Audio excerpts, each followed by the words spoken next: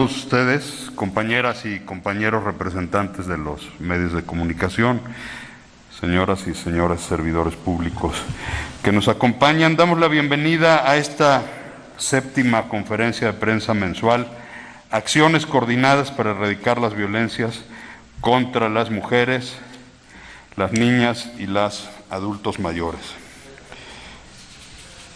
Preside esta conferencia de prensa la secretaria de Gobernación, Olga Sánchez Cordero. Nos acompaña también y damos la bienvenida a la presidenta del Instituto Nacional de las Mujeres, Nadine Gassmann Silberman, la secretaria ejecutiva del Grupo Interinstitucional de Estrategia contra Violencias, Alicia Leal Puertas, la titular de la Comisión Nacional para Prevenir y Erradicar la Violencia contra las Mujeres, Fabiola Alanís Sámano, la titular de la Unidad de Apoyo al Sistema de Justicia de la Secretaría de Gobernación, Paulina Telles Martínez, la directora general del Sistema Nacional para el Desarrollo Integral de la Familia, Rocío García Pérez, y la titular del Instituto Nacional de Desarrollo Social, Luz Beatriz Rosales Esteva. Para dar inicio, pido respetuosamente a la secretaria de Gobernación si nos da un mensaje introductorio.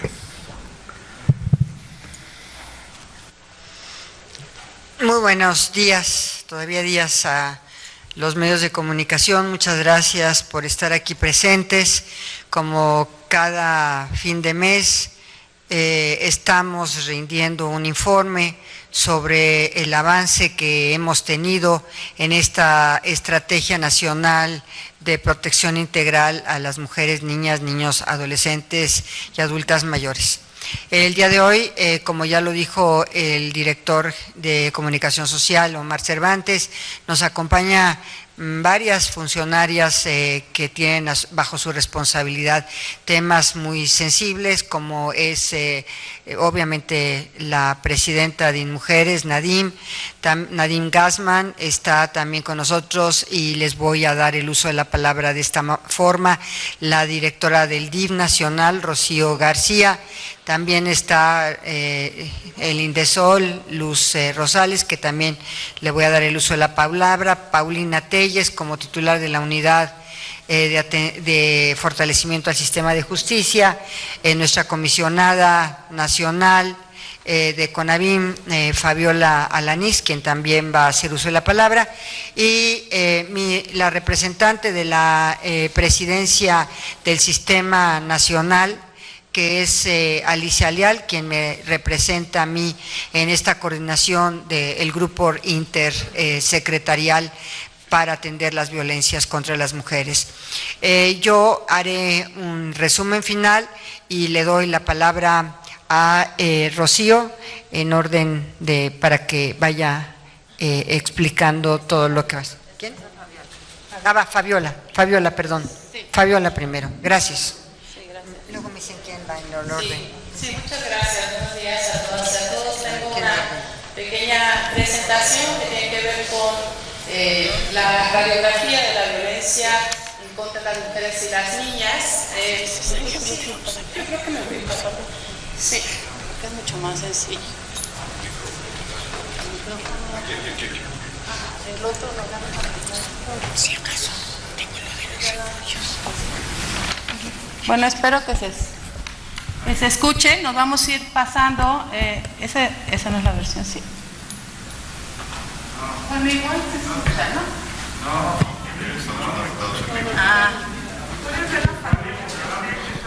bueno, está bien. Ay, muchas gracias. Muchas gracias. Está bien desde aquí. La presentación creo que no es esa. ¿Se la tiene? ¿Te la hicieron llegar? No. Bueno, pasemos. En la primera es, se trata de explicar sucintamente cómo dar una radiografía de la violencia que ocurre en contra de las mujeres y las niñas con la información oficial. Nuestras fuentes son el Secretariado Ejecutivo del Sistema Nacional de Seguridad, los reportes mensuales que da la Secretaría de Salud principalmente y algunos datos de el INEGI. Eso es importante señalarlo y además decir que este esfuerzo, digamos, diagnóstico, fue elaborado al interior del grupo de estadísticas precisamente del GIEF. Entonces, ¿no están cargando? No, ya está, ya iba. Ahí está ya tu presentación. ¿ya está ya? Ya está. Acá no está. Ahí está.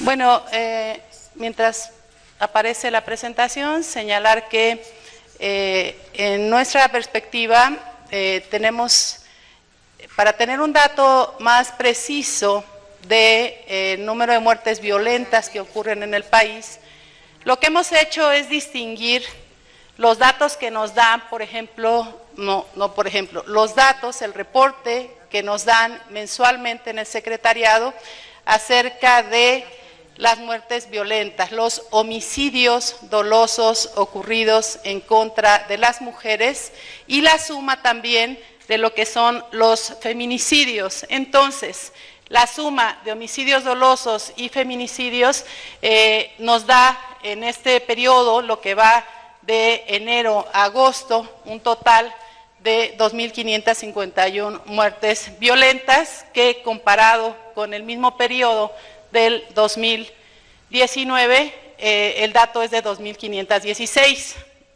Quiero decir enfáticamente que no se trata de una cuestión de números o de estadísticas, porque así sea un solo feminicidio, una sola muerte violenta de las mujeres ya merece toda nuestra atención y todo nuestro esfuerzo.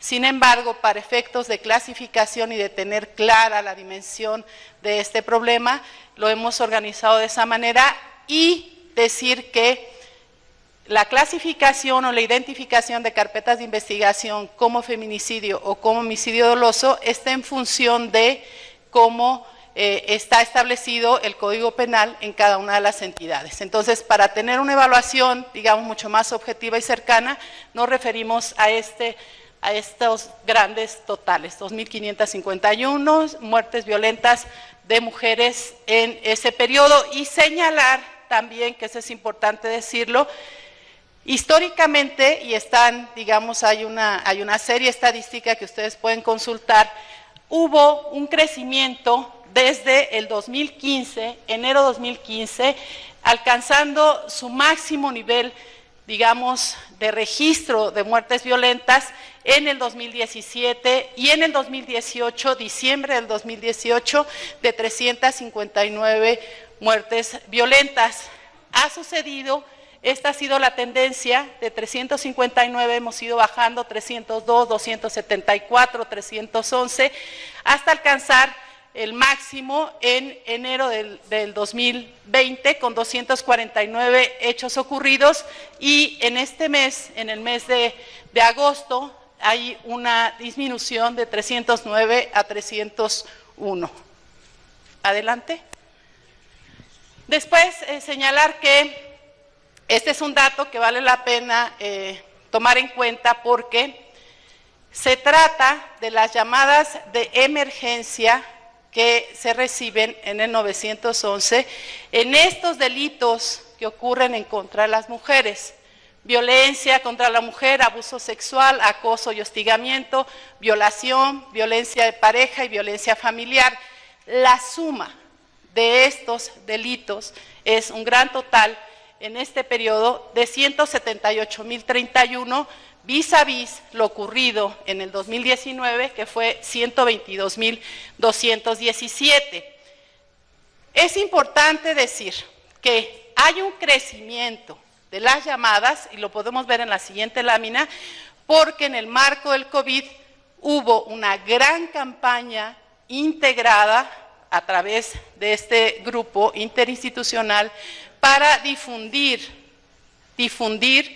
al 911 como el espacio para el registro de las llamadas de emergencia y entonces, bueno, una gran difusión en todos lados del conocimiento del 911, por eso se incrementaron las llamadas sustantivamente. La siguiente lámina podemos ver las entidades federativas, y me voy a ir un poco más rápido, que recibieron el mayor número de llamadas, el mayor medidos por tasa, que siempre es mejor tener la medición por tasa porque podemos, digamos, establecer con equidad cómo está el comportamiento. Entonces tenemos, en el 2019, entre enero y agosto se recibieron 122.217 llamadas.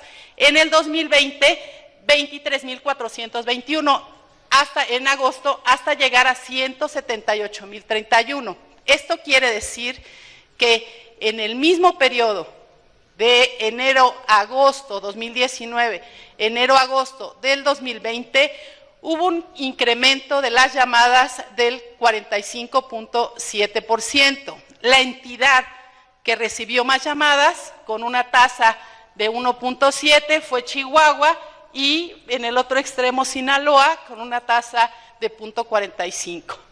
Adelante. Me voy a ir más rápido porque quiero presentarles lo que estamos haciendo para atender la violencia en contra de las mujeres y las niñas.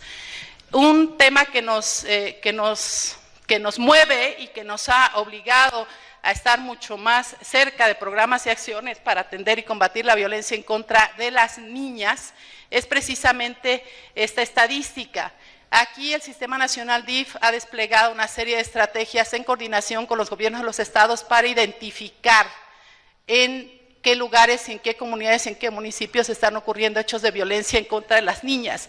Y decir cómo ha sido la tendencia, incluso es una tendencia internacional, desafortunadamente, la mayor cantidad de los casos de violencia que ocurren en contra de las niñas se da en su entorno más cercano, con personas con algún parentesco, en un registro de 88.8%. Nos vamos a ir más adelante, más rápido para presentar lo de los refugios. Después decir que hay un tema muy importante que estamos fortaleciendo, respetando, por supuesto, la división de poderes, respetando, por supuesto, la autonomía de las fiscalías, respetando, por supuesto, la autoridad que tienen en estas entidades, pero hemos estado promoviendo muchísimo que se generen más órdenes de protección y entonces hay un incremento, como ustedes pueden ver, del 2019, el total de órdenes de protección emitidas fue de 25.518. Hasta agosto llevamos ya 20.778. La proyección es que alcancemos más de 30.000 órdenes de protección emitidas para resguardar la seguridad de las mujeres. Jalisco tiene el mayor número, contra Chiapas, que tiene el menor número de órdenes de protección. Bueno, aquí también están las órdenes de protección, nos vamos a ir. Este es un tema centralísimo. Lo que tiene que ver con el programa de apoyo para refugios especializados para mujeres, sus hijas y sus hijos que viven violencia.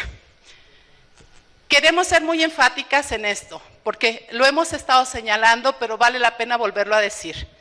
Todas las mujeres en este país que requieran de la protección, de la seguridad, de resguardar su vida, la de sus hijas y sus hijos, tiene un espacio en los refugios y en los centros de atención externa a refugios.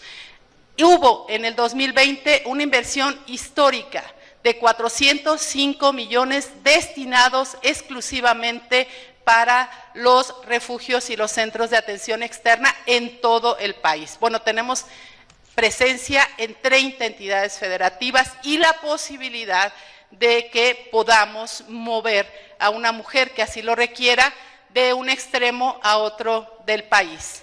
Esta es una estrategia que encabeza el Instituto Nacional de Desarrollo Social. Se transfirió el programa de refugios del 2019 al 2020 para que lo operara el INDESOL. Y entonces tenemos 61 refugios, 34 centros de atención externa en 30 entidades federativas, 34 centros de atención externa, refugios. Adelante.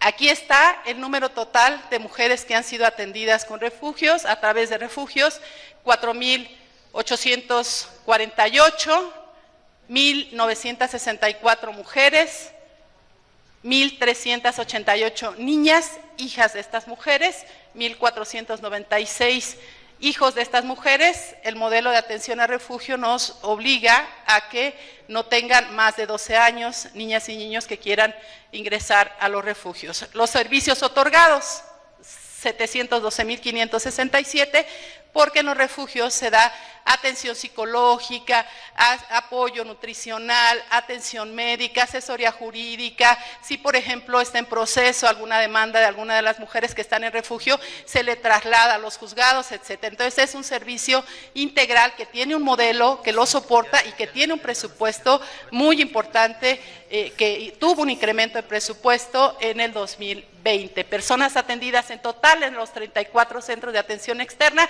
son 14.322. Adelante.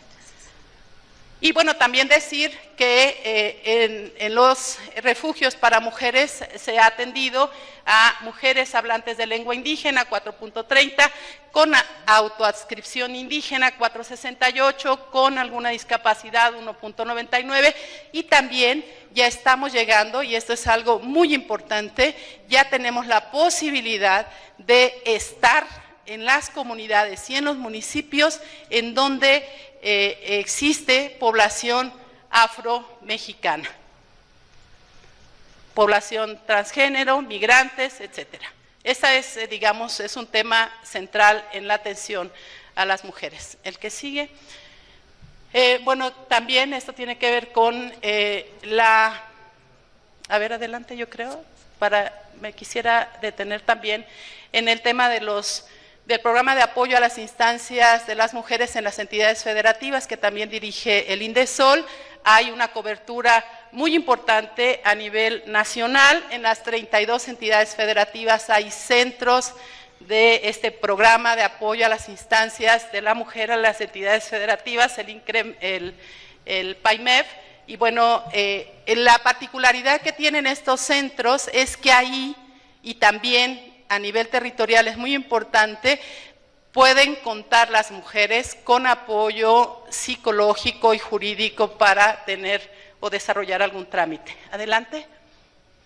Bueno, esta es la cobertura del PAIMEF, 434 centros, en igual número de municipios, y al final yo quisiera poner la siguiente porque creo que ya no tengo tiempo, pero el gran total de estos programas de refugios y de PAIMEF es de 561.499.000 pesos. Yo quisiera concluir diciendo que al interior del GIEP, del Grupo Interinstitucional, hemos estado sumando esfuerzos para construir una red de servicios a nivel nacional que permita brindar cobertura, atención, acompañamiento a las mujeres víctimas de violencia, sus hijas y sus hijos, pero también desplegando medidas de prevención de la violencia, que es centralísimo. Queremos llegar a tiempo, queremos llegar antes de que ocurra un feminicidio, antes de que ocurra una violación, antes de que ocurra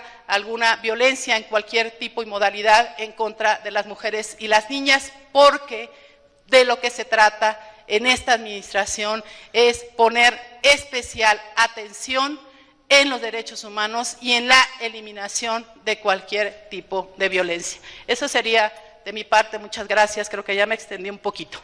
Gracias. Muy bien. Muy bien, Fabiola. Espero que los medios de comunicación hayan tomado algunas fotos de todo lo que expusiste, porque me parece de muchísima importancia. Va ahorita a hablar también Paulina Telles, que que es titular de la Unidad de Acceso al Sistema de Justicia, sobre el informe sobre atención a colectivos, a sobrevivientes, a víctimas directas e indirectas en caso de violencia contra las mujeres, que acaba de hacer un trabajo en las últimas semanas que vale la pena que comparta. Así que adelante, Paulina. Gracias, señora secretaria, y gracias, con el permiso también de mis compañeras. Buenas tardes a todos. Pues primero me pidieron hoy compartir lo que no solo como titular de unidad, sino también todas mis compañeras han hecho en el caso de las mujeres que tomaron la CNDH. En este caso, desde la primera reunión con la señora secretaria se recibió un pliego petitorio de Ni Una Menos, que a través de este pliego petitorio empezamos a trabajar desde la primera reunión. Se llevó a cabo una segunda reunión donde también estuvo presente la señora secretaria, donde empezamos a escuchar a muchas mujeres de distintas partes de la República, y en la tercera reunión que me tocó a mí, por instrucciones de la secretaria, de recibir, que es donde quisiera dar un poquito más de cuenta, y bueno, perdón, me faltó algo. Dentro del primer punto del pliego petitorio, dice: el reconocimiento abierto y público de la gravedad de la violencia de género y la violencia feminicida en nuestro país. Y quisiera contestar este primer pliego petitorio de Ni Una Menos, que precisamente estas conferencias de la señora secretaria son prueba y respuesta de este pliego petitorio, donde se da respuesta a través de servicios y de acciones que son coordinadas con la señora secretaria entre todas nosotros. Esta es una prueba del reconocimiento abierto y público de estas conferencias una vez al mes. Dentro de el pliego petitorio que hemos recibido han sido 159 casos de desaparecidos y 58 casos que requieren acompañamiento con autoridades del sistema de justicia.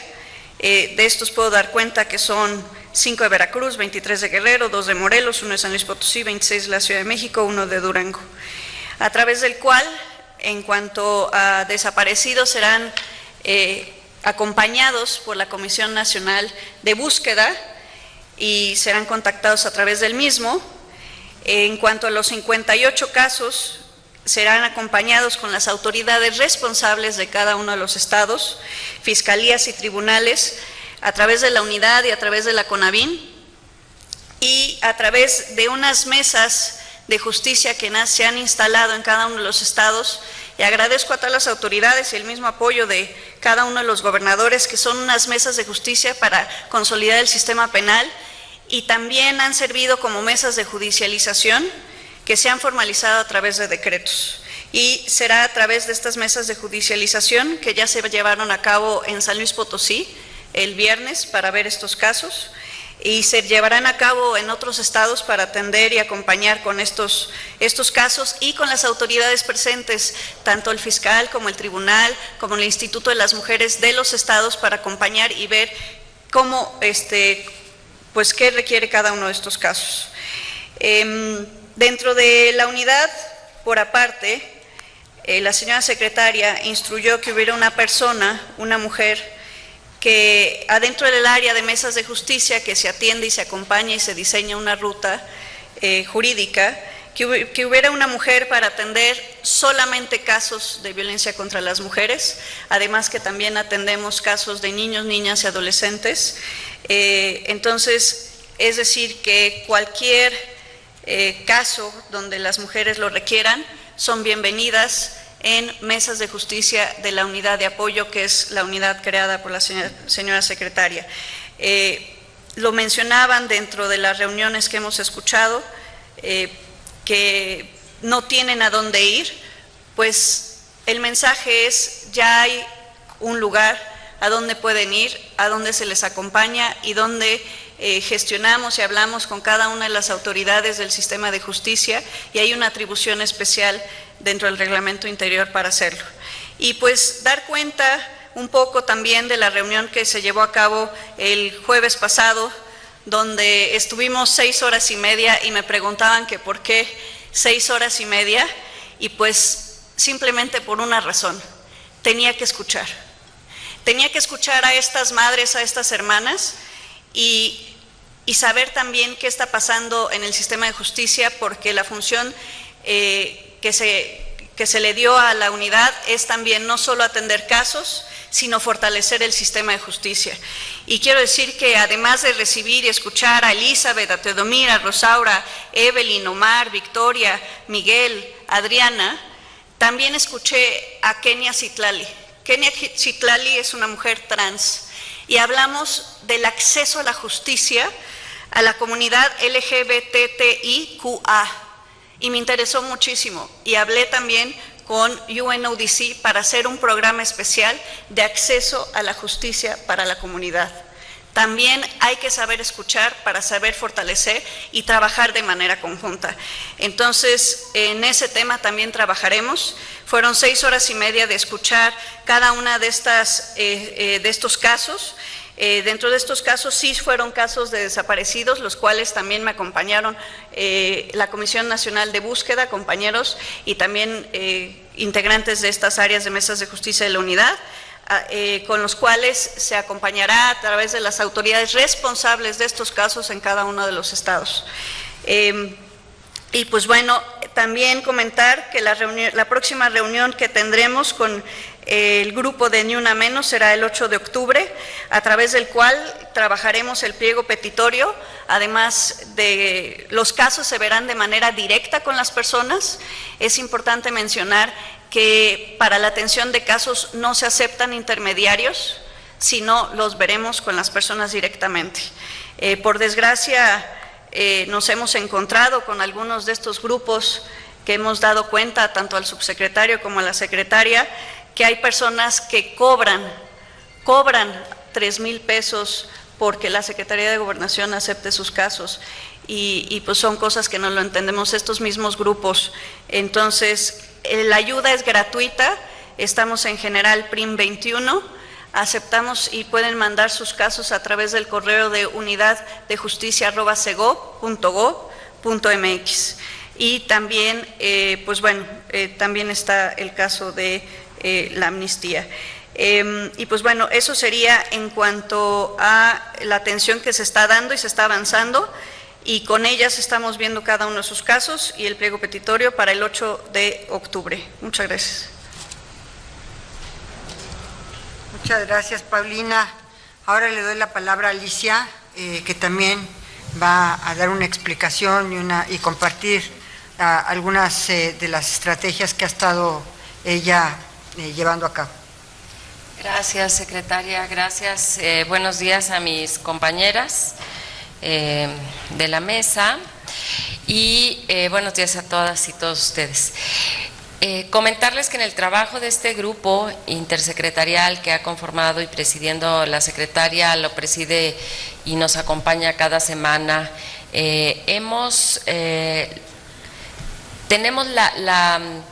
claridad de que hay una visión conjunta de todas las instituciones del Gobierno de México.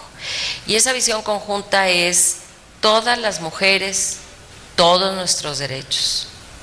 Estamos trabajando aquí desde diferentes experiencias, desde diferentes disciplinas, y esto, como ustedes sabrán, siempre genera tensiones. Y esas tensiones son las que alimentan nuestra posibilidad de dialogar, de definir, de analizar, de reflexionar sobre en dónde estamos, cómo llegamos hasta aquí y hacia dónde queremos ir. Porque también tenemos claro y reconocemos los desafíos que estamos enfrentando, asumiendo la responsabilidad de trabajar para construir y en su caso fortalecer todos los mecanismos de coordinación, como lo indica la Ley de Acceso, estos mecanismos de coordinación con los 3 órdenes de gobiernos, con los 3 poderes del Estado, para asegurar una respuesta articulada, integral y efectiva para las mujeres.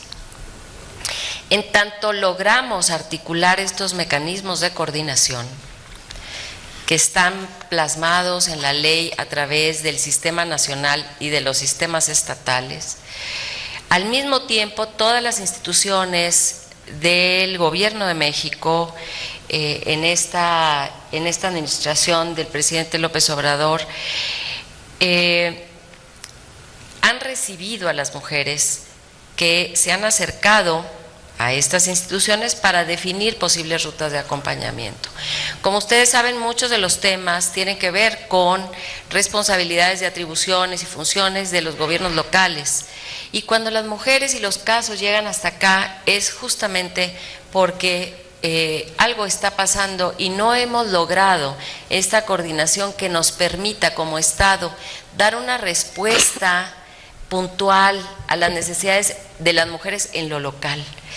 Y cuando hablamos de protección integral para las mujeres, las niñas, las adolescentes y las adultas mayores, y en las mujeres entendemos a toda la diversidad de mujeres que hay en este maravilloso y diverso y rico país. Cuando hablamos de protección integral, hablamos de la protección a todos los derechos que tenemos todas las mujeres, desde que nacemos, desde cualquier lugar y ámbito en el que nos estamos desarrollando, creciendo, en el caso de las niñas.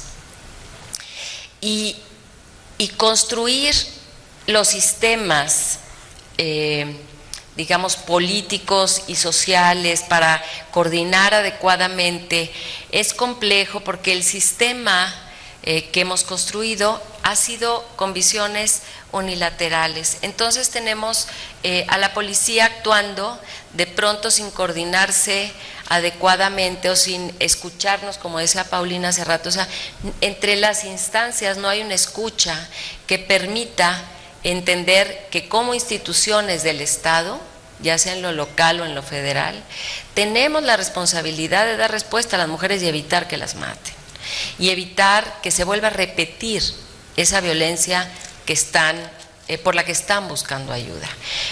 Logrando hacer eso de manera coordinada, con estos mecanismos de coordinación, vamos a lograr fortalecer a las instituciones del Estado. Mientras lo hacemos, tenemos que hacer este doble esfuerzo para analizar y revisar cómo podemos mejorar estas instituciones y estas posibilidades de respuesta. Sabemos que la prevención es la base de todo, pero también entendemos la prevención como esta posibilidad de detectar y de oportuna y activamente. Es decir, que si ustedes en los medios de comunicación y quienes están en los medios de comunicación locales, por ejemplo, o las maestras y maestros, o las enfermeras y las doctoras y los doctores en cualquier centro de salud, o un policía que está en la calle todo el día y detecta un caso o sospecha que hay un caso de violencia, ese servidor y servidora pública tendría que estar buscando cómo facilitar el acceso a la protección integral para esas personas, de tal forma que logremos prevenir las violencias antes de que sucedan. Muchos de los feminicidios son prevenibles. Muchas de las mujeres que han buscado ayuda, y ustedes en los medios lo han documentado muy puntualmente, muchas de las mujeres que han buscado ayuda han denunciado previamente. Y aquí tenemos que ser muy claras: cuando una mujer denuncia que está viviendo violencia, no deberíamos de estar valorando si es violencia extrema, si está mintiendo, si hay alguna duda probable. Deberíamos de poder escucharlas e inmediatamente acompañarlas o guiarlas a servicios de protección integral especializada. ¿Esto qué quiere decir? Bueno, todos estos espacios con los que contamos en todo el territorio nacional y que están bien documentados en el mapa georreferenciado que ha desarrollado el Instituto Nacional en el Bienestar, en la Secretaría de Bienestar, Desarrollo Social. Entonces, lo que queremos decir es, qué bueno que tenemos más denuncia, qué bueno que tenemos mayores indicadores de que las mujeres están rompiendo el silencio y buscando ayuda. Queremos que puedan buscar ayuda antes de tener que llamar a la policía o llegar a un centro de salud lastimadas o a un hospital. Eso es lo que queremos. Esta es la prevención activa y oportuna. Tenemos que saber ver, como en el caso de trata, tenemos que saber ver dónde hay algo, una sospecha, para acercarnos y decirles, no está sola. Desde aquí les estamos diciendo, no están solas, estamos aquí trabajando.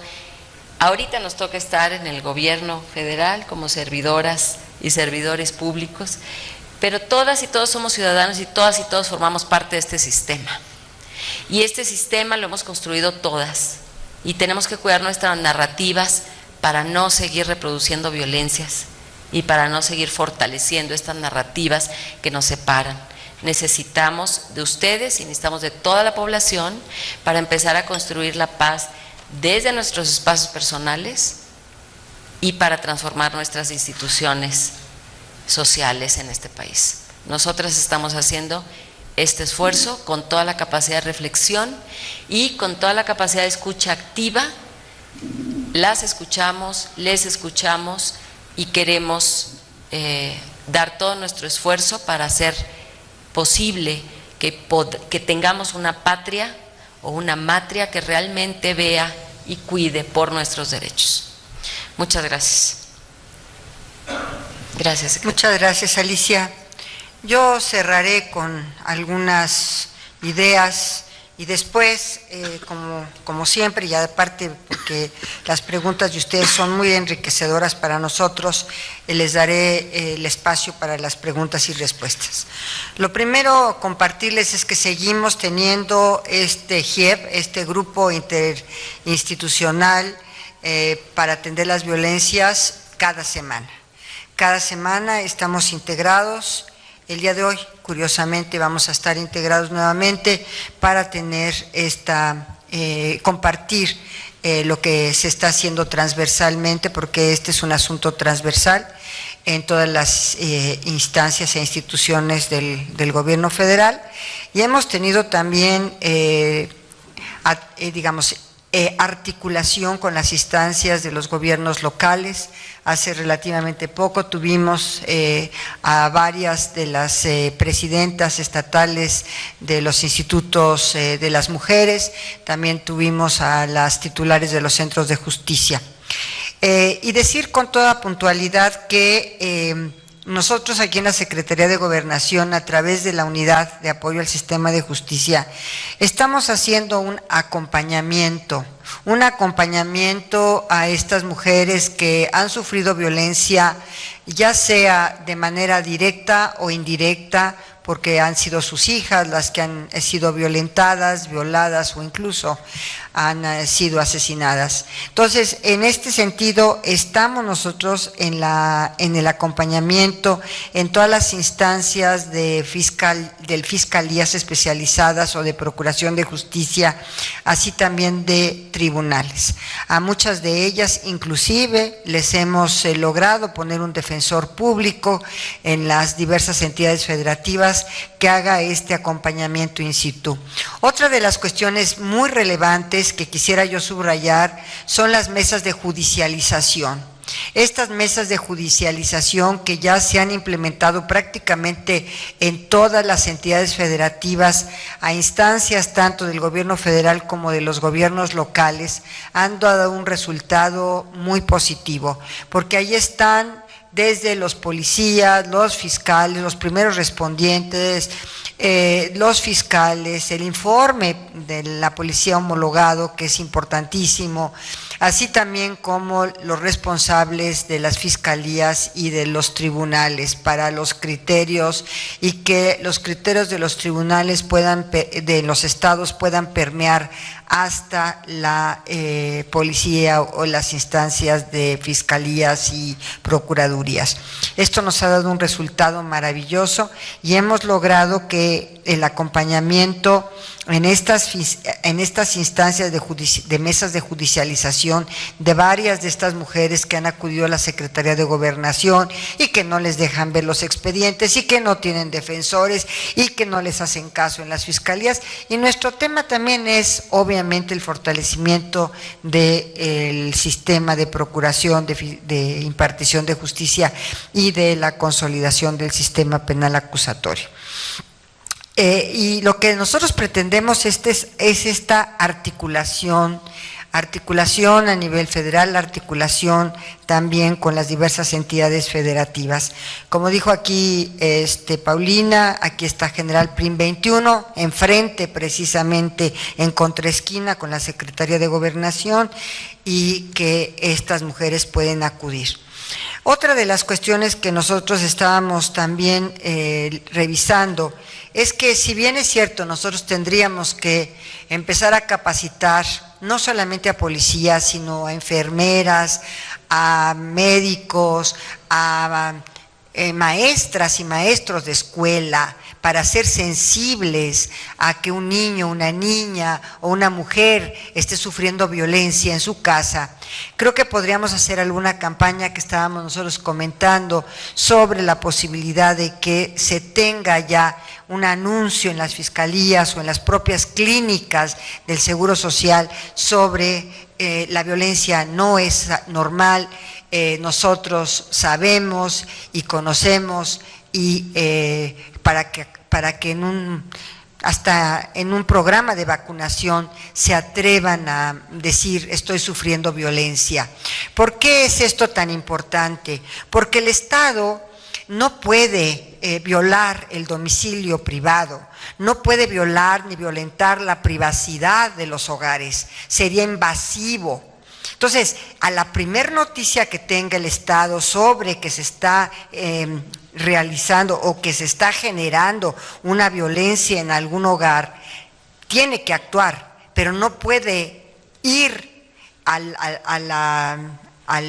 domicilio violentando la privacidad o la inviolabilidad de un domicilio privado, pero sí podemos tener una actuación preventiva desde las diversas instancias, la escuela, la clínica de salud, la atención primaria antes de la secundaria y la terciaria, y podemos tener, o el 911, y podemos tener noticia de que se está violentando a una mujer, a una niña, a un menor, de acuerdo a la primera información que le llegue al Estado.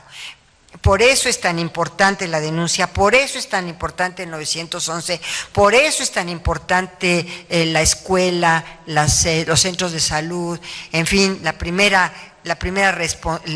policía, los primeros respondientes, que estén realmente atentos a todas estas violencias. Y por supuesto, en estas mesas de judicialización, que tampoco existían, o sea, a ver, no existía esta articulación entre todas las instancias del gobierno para atender estas violencias basadas en género, no existía tampoco esta integralidad, ni mucho menos existían mesas de judicialización en donde nosotros tenemos este acompañamiento para las mujeres desde defensorías de oficio en los estados, hasta el acompañamiento en las instancias de procuración y en las fiscalías, así como en tribunales.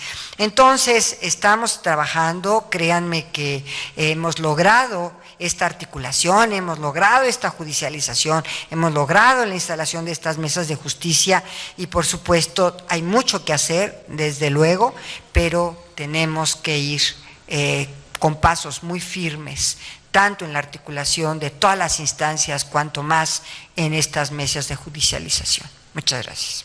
Y tienen la palabra ustedes que quieren hacer algunas preguntas. Muchas gracias, secretaria.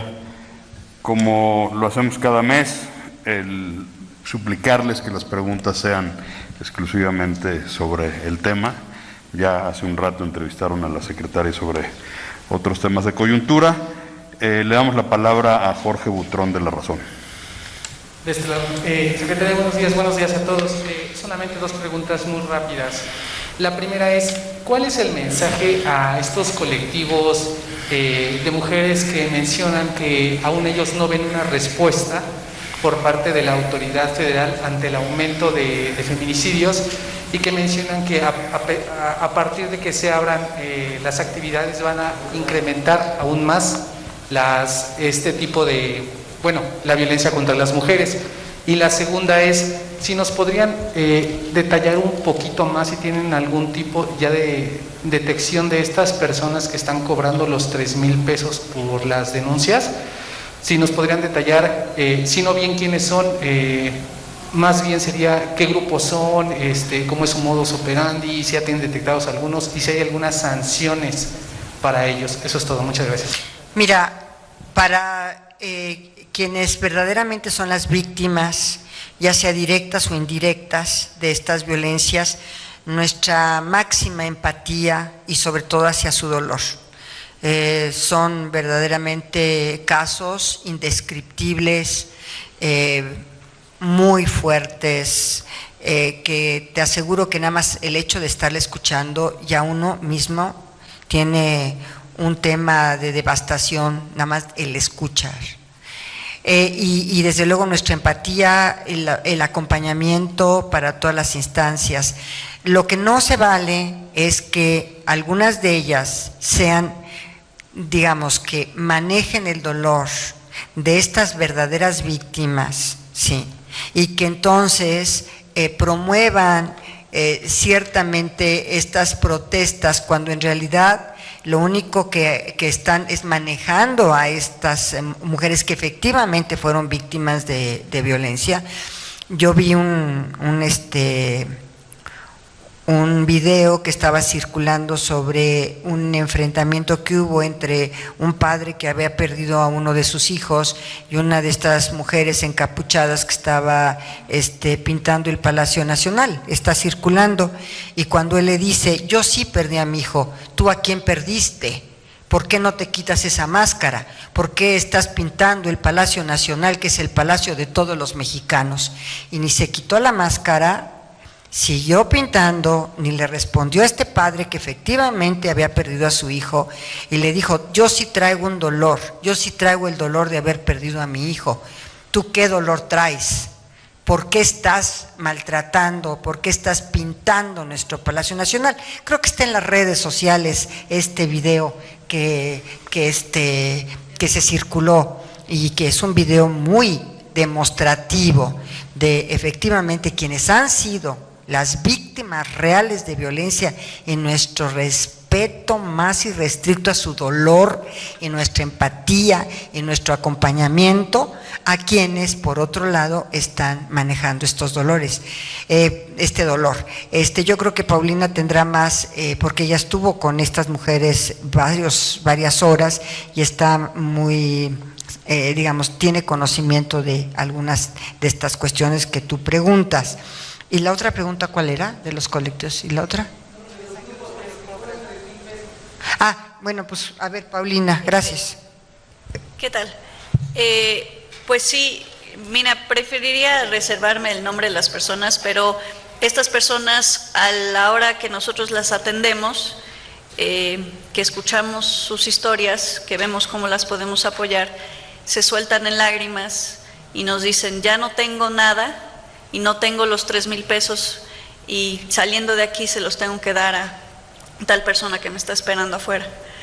Entonces son cosas que ahora este mismo grupo que se llama Feminista, que estuvo afuera del Palacio Nacional, que se atendió aquí, ahora están tomando las casetas de Tlalpan. Ese mismo grupo acaba de tomar boteando, ¿no? Está boteando. Entonces este mismo grupo que estuvo afuera del Palacio Nacional es el que está cobrando, y ahora acaba de tomar hace unos días la caseta de Tlalpan y ahora está boteando la caseta de Tlalpan. Estas mismas mujeres son las que están cobrando los casos y lucrando de lo más humano que es perder a un hijo, perder un hermano. Pues bueno, son estas personas y preferiría reservarme el nombre. Pero ahora están en las casetas de Tlalpan. Gracias. Muchas gracias. Gerardo Martínez, Canal 11. ¿Qué tal? Buenas tardes. Buenas tardes a todos.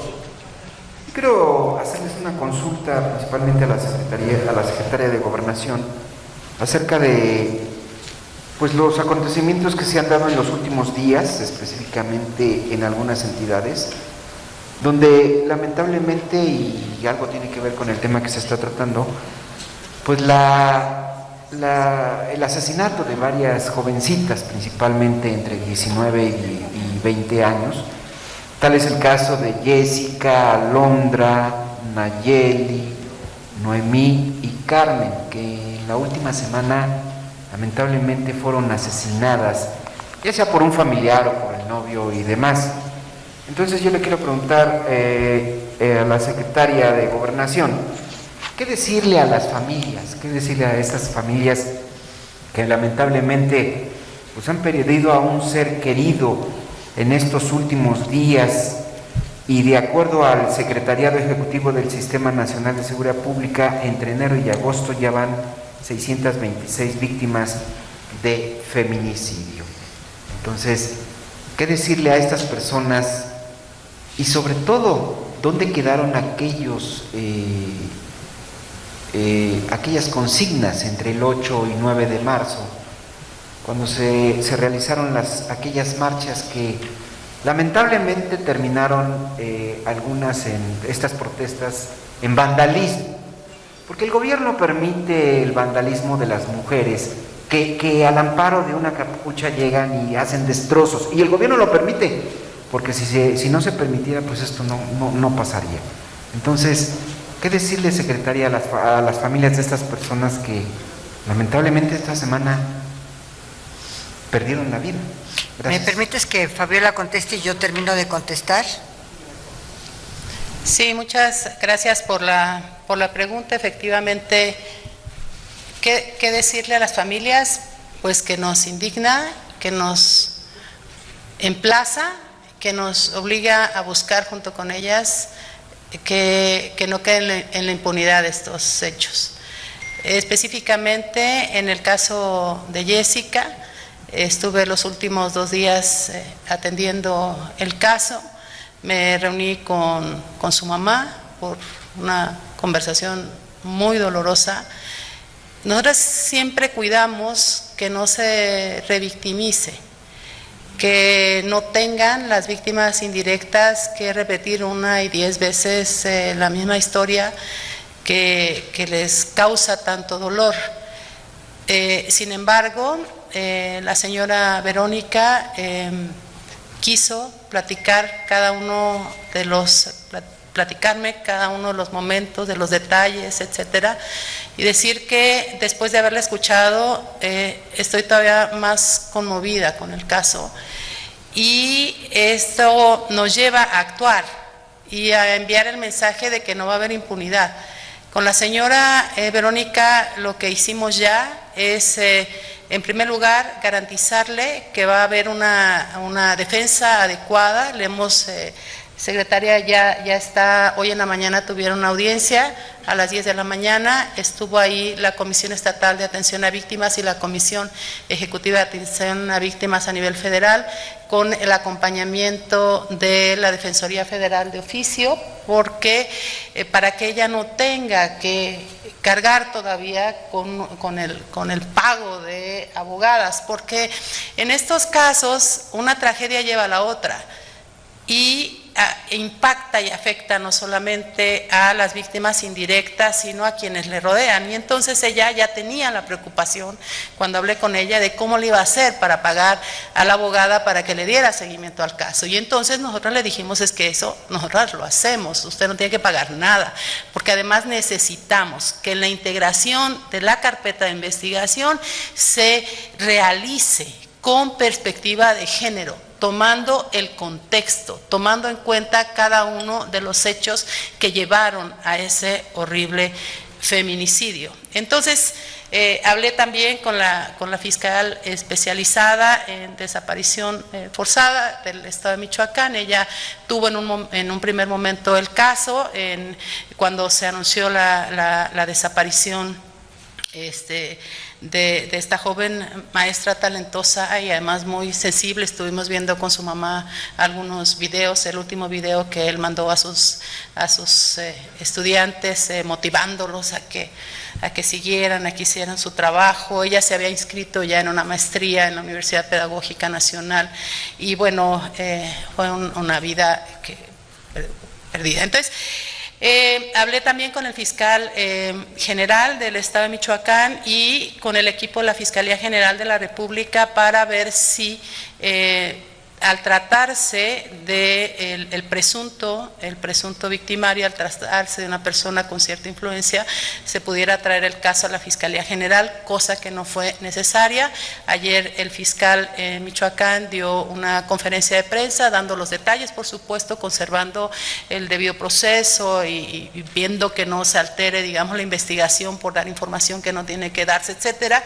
Y decirle, secretaria, y comentar que estamos al pendiente de que haya justicia, de que se integre adecuadamente esta investigación, y le hemos pedido a una especialista nacional con reconocimiento internacional que acompañe el proceso, porque la maestra Carla Michelle Salas aceptó voluntariamente acompañar al equipo de abogadas que van a estar atendiendo el caso.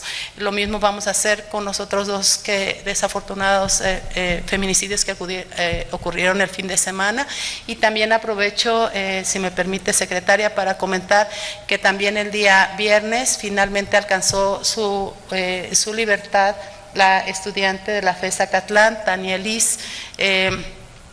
Nosotros estuvimos analizando con un equipo de abogadas expertas en el tema el delito que se le había, el presunto delito que se le imputó por la manera en la que fue detenida, etcétera, y encontramos que había una serie de irregularidades, que no se había integrado con perspectiva de género a la carpeta, que la joven pues no era una joven delincuente, era una joven estudiante, una joven que había sido detenida en el marco de las protestas del 8 y 9 de marzo de manera arbitraria. Ella fue detenida, fueron a su domicilio cerca de 12 patrullas nada más por ella, con un operativo escandaloso por una jovencita que ustedes la ven y podría ser nuestra hija, una muchacha de 24 años que no tendría que haber pisado la cárcel, estaba en Almoloya.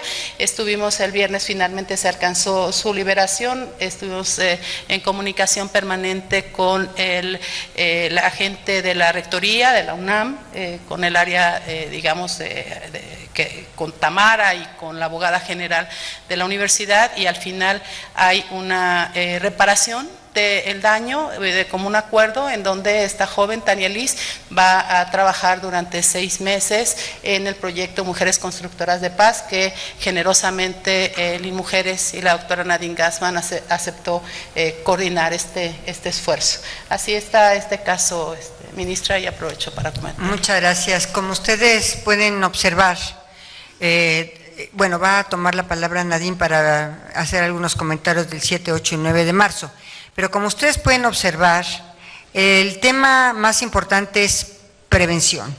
Y una vez que lamentabilísima o en forma muy lamentable sucedan estas violencias, lo que podemos hacer nosotros es lo que estamos haciendo, caso por caso, el acompañamiento, porque cada caso tiene sus particularidades y cada caso es distinto. Por ejemplo, yo sabía de este influyentismo, de este personaje presunto feminicida en Michoacán, y me da gusto que, no obstante ser un agente con influencias y con peso específico político allá, se haya quedado sin estas influencias y que se siga el proceso como se tiene que seguir, y que lo lleven a realmente a responder por esta conducta. A ver, Nadine. No, bueno, solo para hablar del 8 y 9 de marzo, me parece que la pandemia nos ha mostrado con claridad, yo diría que con súper claridad, que la movilización de las mujeres, de los movimientos feministas, son una necesidad histórica, pero que es cotidiana y que hoy la sentimos mano a mano. El 8 de marzo las mujeres salieron en miles, diferentes movimientos, en un espacio que fue esencialmente armónico y solidario, a pedir ponerle alto a la violencia contra las mujeres. Y por otro lado, el día 9, las mujeres nos retiramos del espacio público para demostrar la importancia de la participación de las mujeres en el mercado de trabajo y y yo diría que la pandemia nos trajo, el 23 de marzo, la visibilización del espacio de trabajo no remunerado y de cuidados, que se ha vuelto un tema importantísimo en términos de las luchas feministas históricas y una cuestión que ahora vivimos en primera persona, mujeres y hombres. Esta administración está trabajando en estas tres áreas: en la prevención, atención y sanción a la violencia contra las mujeres, en la incorporación de las mujeres al mercado de trabajo y en el desarrollo de un sistema de cuidados. Entonces, la respuesta es una respuesta de construcción, de creación de este estado de bienestar que se ha propuesto la administración del presidente Andrés Manuel López Obrador. Nada más una última cuestión. Dicen por ahí que a grandes males, grandes remedios.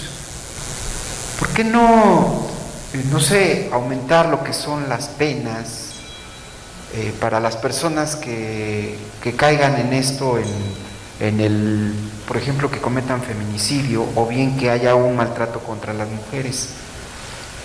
Es algo así como, le voy a hacer una comparación, pero creo que de antemano una disculpa, es como el alcoholímetro. No hay tregua para poder enderezar esta situación, porque así nos hemos pasado muchísimos años con los mismos casos que se vienen dando. Entonces, a grandes males, grandes remedios. ¿Podríamos proceder de esa forma? Gracias. A ver, Alicia quiere contestar y yo también decir algo. Adelante, no, tú y luego yo. El tema es, efectivamente, la violencia estructural viene de siglos.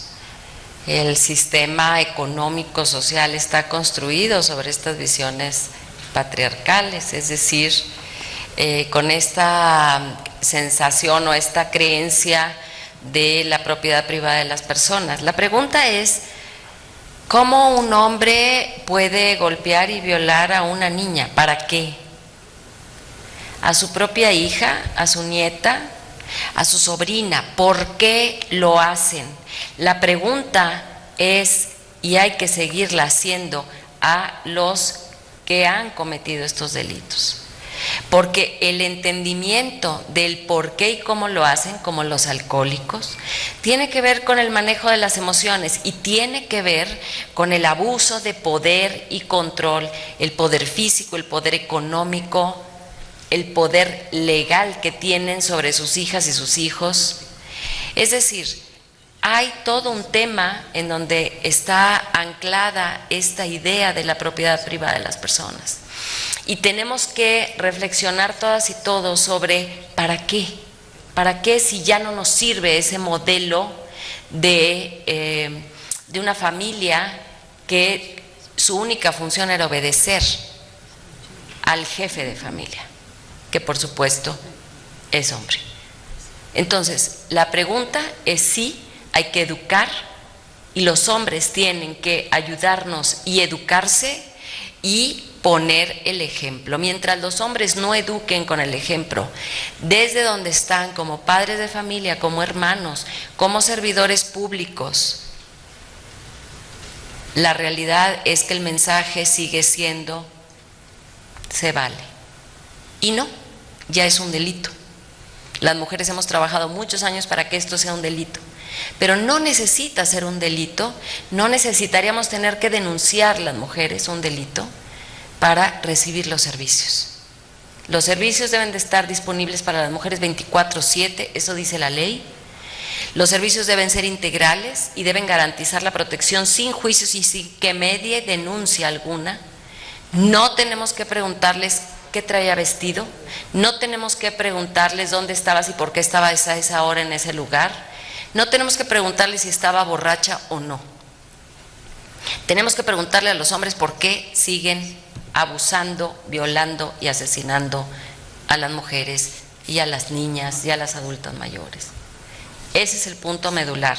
Y por otro lado, considero que el sistema de justicia tiene grandes reflexiones que hacer.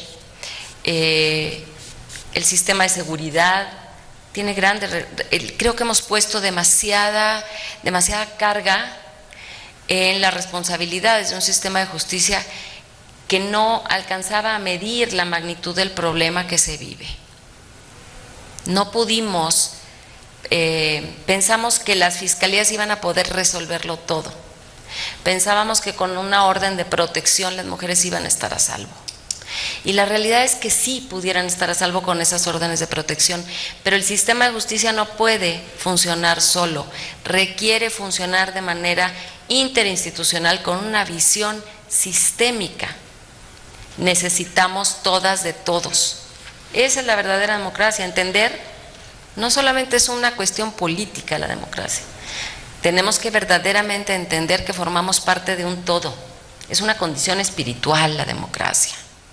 Tenemos que entenderla así, y lo que tú dejes de hacer en el sector público, en el sector privado, para proteger y defender a las mujeres que viven violencia o para dejar de ejercer violencia, esa parte le toca a cada quien. Al Estado, por supuesto, le corresponde garantizar que esta cultura vaya transformándose de una cultura de violencia por una cultura de paz, equidad e igualdad.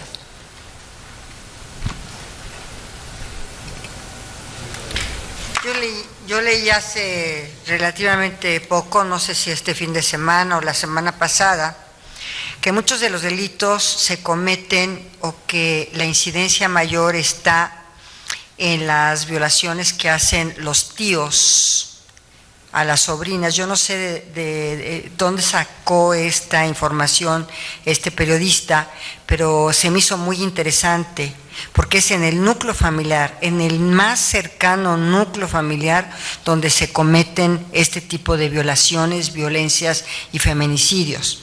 Obviamente el Estado tiene que prevenir, y en cuanto tenga noticia de que se ejerce estas violencias dentro del hogar, inmediatamente actuar. Pero lo que no puede el Estado es ir a hacer una violación al domicilio, y porque es una inviolabilidad del domicilio y la privacidad de las personas. Entonces, ¿cuál es nuestra razón? Es prevenir, prevenir, prevenir, reeducar, prevenir, reeducar, prevenir. Creo que ahí, y desde luego tener estas mesas de justicia, tener estas denuncias, tener el 911, tener todo este aparato del Estado para cualquier noticia que se tenga, inmediatamente actuar con todo el peso del Estado. Y cuando digo todo el peso del Estado, es todo el peso del Estado en contra de estos perpetradores de violencias. Muchas gracias. Liliana Padilla, de Milenio, por favor. Buenas tardes, yo tengo un par de preguntas. Primero quisiera ver si Paulina Telles pudiera agregarnos un poco más sobre estas denuncias, cuándo se presentaron, digamos son varios colectivos, un solo colectivo el que ha lucrado de esta manera, si ustedes están interviniendo con algún otro tipo de denuncias justamente para frenar esta circunstancia, y también preguntarle a Fabiola Alanís sobre el tema de Chihuahua, ¿a qué se atribuye este incremento que además es muy significativo si se compara con el último lugar que es Sinaloa? Y hablamos de un estado como Chihuahua que ha sido pues génesis de temas de violencia contra mujeres bastante graves, como las muertas de Juárez. ¿Qué está pasando en Chihuahua? ¿Se está haciendo una intervención particular en esta entidad a consecuencia de ello? Por favor.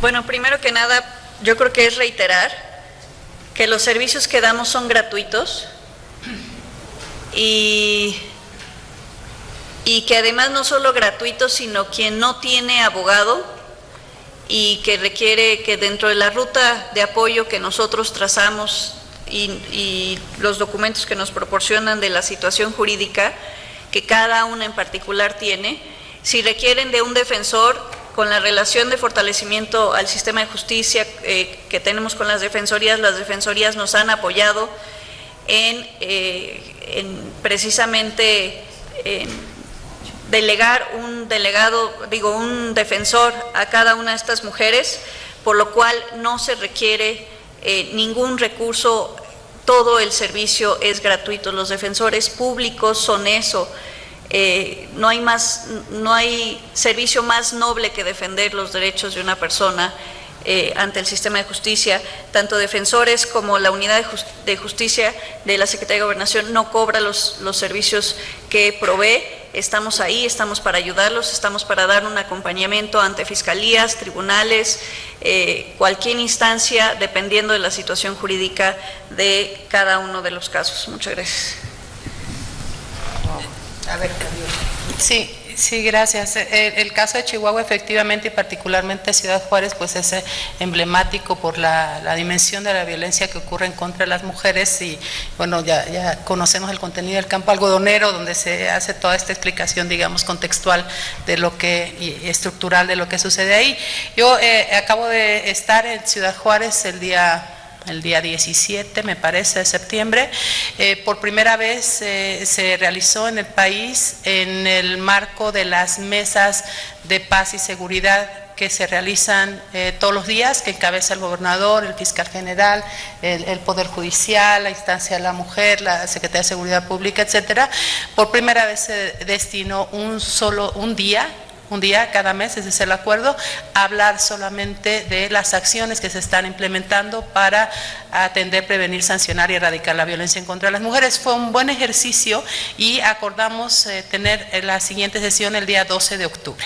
Eso, digamos, es una información que vale la pena compartir porque efectivamente, a pesar de que ha habido inversiones muy importantes para atender las violencias en contra de las mujeres, hemos visto que no hemos logrado todavía contener esas violencias. Chihuahua, mes por mes se sigue colocando en el lugar 3, 4 o 5, normalmente encabeza Colima, Baja California, digamos, me refiero en términos generales a índices de violencia en contra de las mujeres y cuando medimos por tasa nuevamente empieza nuevamente Colima, Baja California, Guanajuato, etcétera, y Chihuahua no hemos logrado que pase del lugar 5, ¿no?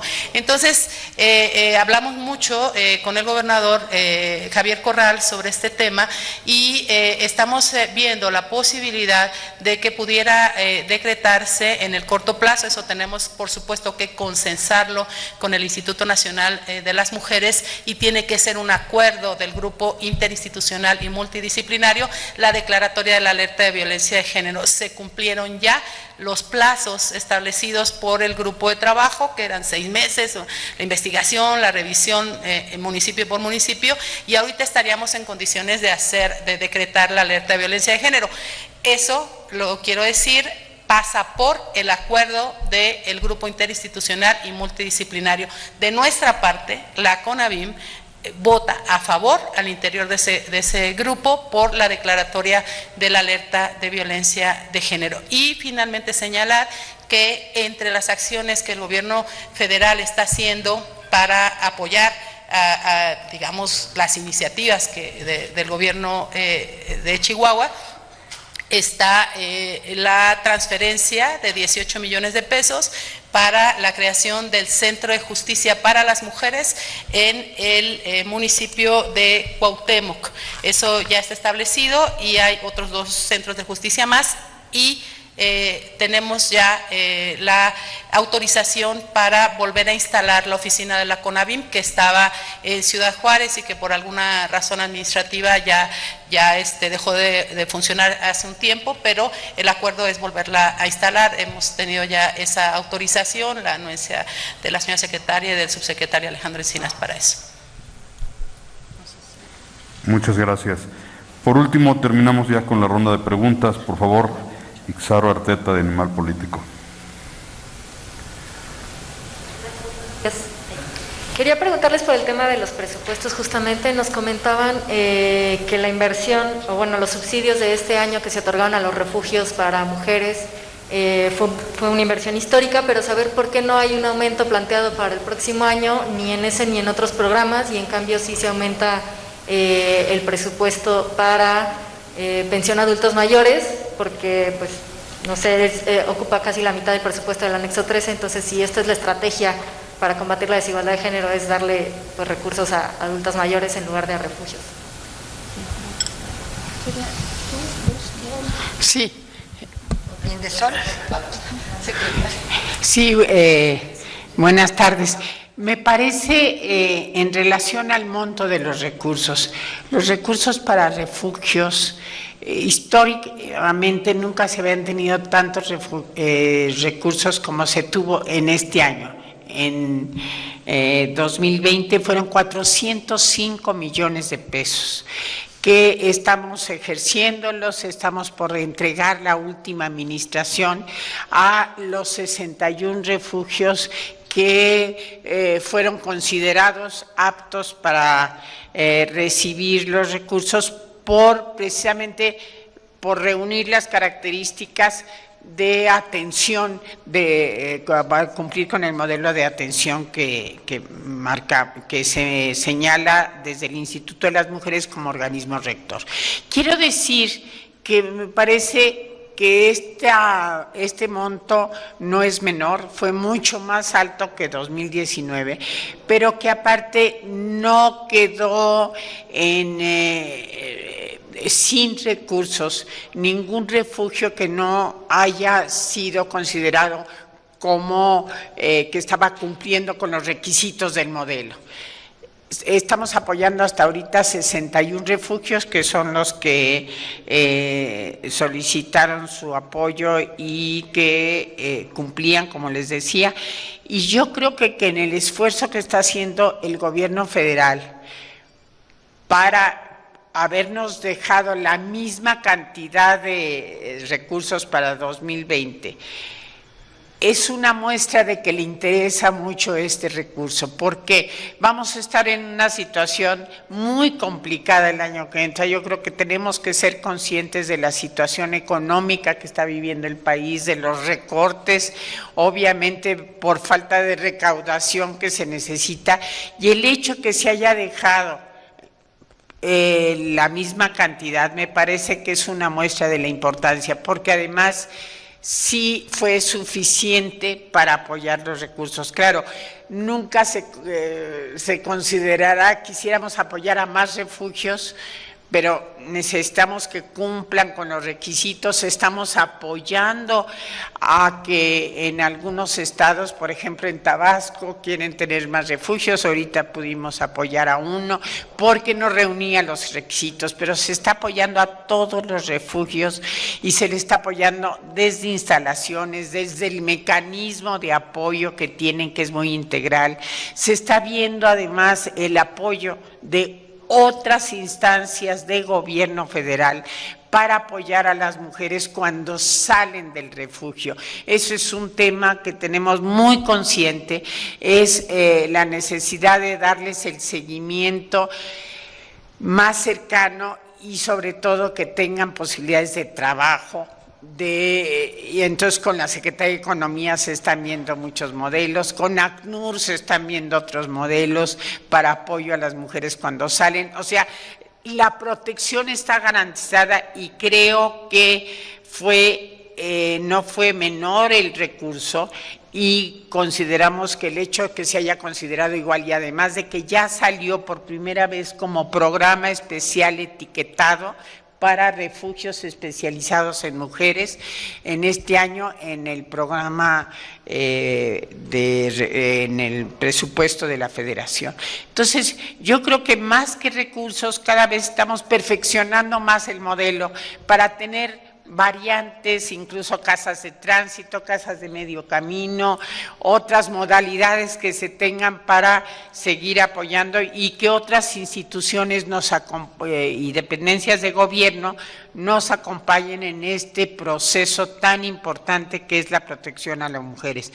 Yo quisiera nada más comentar que creo que es obvio y evidente que estamos haciendo un esfuerzo grande entre todas las instituciones que tenemos que ver con la temática, por coordinarnos entre nosotras, dar nuestro 100% a las acciones que estamos teniendo para mayor eficacia, llamando además al apoyo de todas las otras dependencias a los niveles estatales y municipales también, para que se consolide todo el mundo apoyando el frenar y el erradicar la violencia y irnos para atrás, pero yo considero que por más que el gobierno ponga 100% de su esfuerzo, no se va a lograr si la sociedad en su conjunto, porque como decíamos, no podemos entrar a las casas.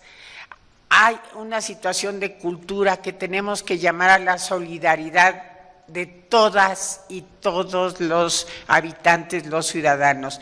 Yo creo que es un problema que se tiene que ver en una forma integral y se tiene que buscar en este sentido la prevención, y creo que lo estamos haciendo. Estamos buscando también esa participación ciudadana, trabajando en la educación de los hombres también, masculinidades alternativas que sean responsables de sus relaciones amorosas, de sus relaciones sociales, de sus relaciones interpersonales, que todas las mujeres, la suegra, la prima, la cuñada, la amiga, todo mundo sea parte en una corresponsabilidad entre gobierno y sociedad para erradicar la violencia. Si no, no se va a poder erradicar, y por eso es muy importante todo lo que es preventivo y todo lo que es esta conciencia de que se puede vivir distinto y que sería el gane-gane de todo el mundo, una vida sin violencia. Y creo que estos esfuerzos, por un lado el gobierno no se hace un lado, al contrario, está con una coordinación mayor para poder dar mejor respuesta, pero necesitamos también del llamado de la ciudadanía, y ahí me considero que la prensa tiene un papel muy importante. Estamos trabajando protección, estamos trabajando impartición de justicia, estamos trabajando atención psicológica, atención a todas las mujeres que llegan a través de programas como el PAIMEC, pero también estamos trabajando mucho la prevención, y esa tenemos que darle toda la fuerza del mundo. Bueno, pues ya vamos a cerrar, yo creo. Yo nada más 2 puntos muy importantes. La mayor parte de las beneficiarias de los programas son mujeres, la mayor parte. ¿Por qué? Pues porque hay mayor número de adultas mayores. Todavía tenemos un índice de fallecimientos y de mortalidad de las mujeres que sobreviven varios años más que los varones. Entonces, el impacto a las mujeres adultas mayores en estos programas de la pensión universal a los adultos mayores impacta más a las mujeres, precisamente porque sobreviven más. Son más las jóvenes construyendo el futuro, son más las becarias. En fin, aquí hay un tema también en donde este gobierno se ha puesto mucha atención en empoderar a las mujeres por los recursos que reciben, porque tenemos que ser muy abiertos en esto. La pobreza muchas veces genera violencia. Esto es algo que tenemos que reconocer, y si tenemos estos programas sociales que están realmente dándoles a las mujeres otras oportunidades, va a ser muy importante. Y cerrando con esto, con una reflexión para ustedes y también para nosotros.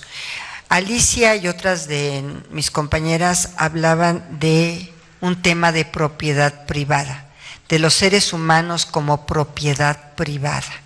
Y es cierto, los niños hasta hace relativamente poco fueron ya sujetos de derechos, eran objetos de protección. Y nuevamente ahí estaba el concepto de propiedad privada. Hasta hace relativamente pocos años, y a mí me tocó afortunadamente en la Suprema Corte cambiar el criterio, la mujer tenía, cuando se casaba, el débito carnal. Esa era una obligación de la mujer porque era parte de la propiedad de los hombres, la imposición, hasta que se dijo y se estableció la autodeterminación de la sexualidad de la mujer en el matrimonio y en cualquier relación de pareja. Esto fue un antes y un después, pero ahí sigue presente en esta concepción, centenaria del tema de la imposición, del patriarcado, del machismo, etcétera, y basados en esto, basados en género. Entonces, yo me despido de ustedes, creo que fue una reunión muy provechosa, sobre todo por las preguntas que nos hicieron. Me da mucho gusto, Fabiola, que Carla Michel se haya incorporado a la defensa de esta chica de Michoacán, de la madre, y que es una gran experta, y me da mucho gusto que haya sido. Omar, me estoy enterando que el día de hoy es tu cumpleaños. Muchas felicidades, muchas felicidades. Muchas gracias. Gracias. Buenas tardes. El pastel. La hora. Gracias.